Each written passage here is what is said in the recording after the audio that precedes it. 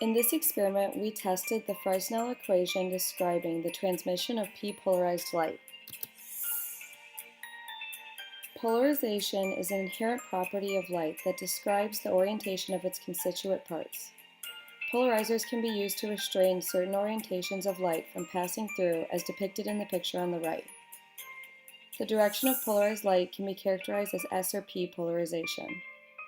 When light strikes the interface of a medium, both reflection and refraction of the light can occur. P-polarized light has an electric field polarized parallel to the plane of incidence, while S-polarized light is perpendicular to this plane. The Fresnel equations corresponded to the reflections and transmission of S and P polarized light.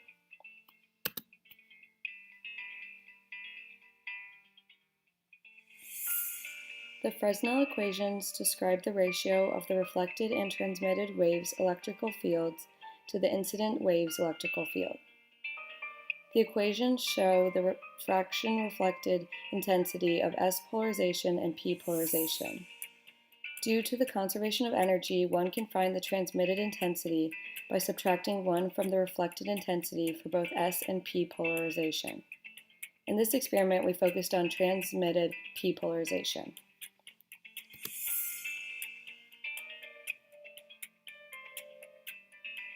For our experimental setup, we used a plastic rectangular prism as our medium, as shown on the left. We used a mirror to direct the laser beam, a linear polarizer, and a prism was placed on the rotating stage. And then an iPhone camera was placed behind the plastic to capture the transmitted beam.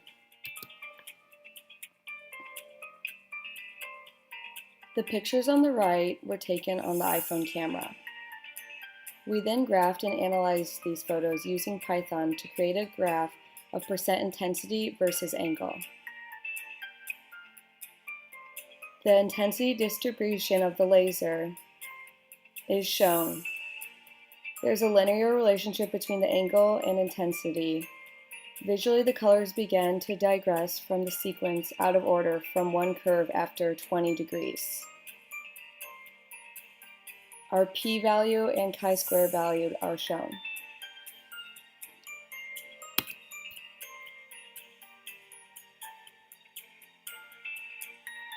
From the graph, we can see the intensity percentage of transmitted p-polarized light decreased as the angle increased for the air-plastic interface.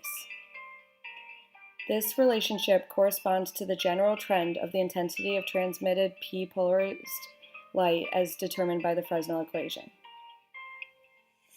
The actual index of the plastic rectangular prism is unknown, but using Python to find the best fit parameters, we got an index of refraction of 1.23, which falls just outside the range of what is typical for plastic.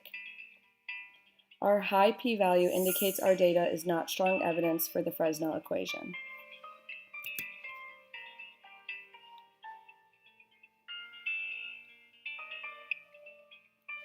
Our sources of error could be due to the fluctuations in room temperature, background noise from excess light. Our plastic could have had small imperfections and inconsistencies, and random error associated with the measurement of the angle.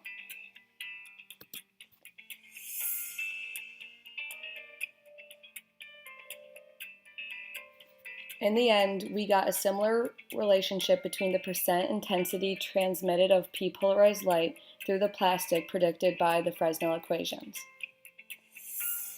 Our data has given us a reasonable result for the reflected index of plastic use.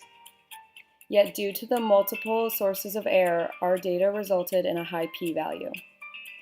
Further study with more specialized equipment and optimal experimental conditions could have produced results that were more in line with predictions given by the Fresnel equations.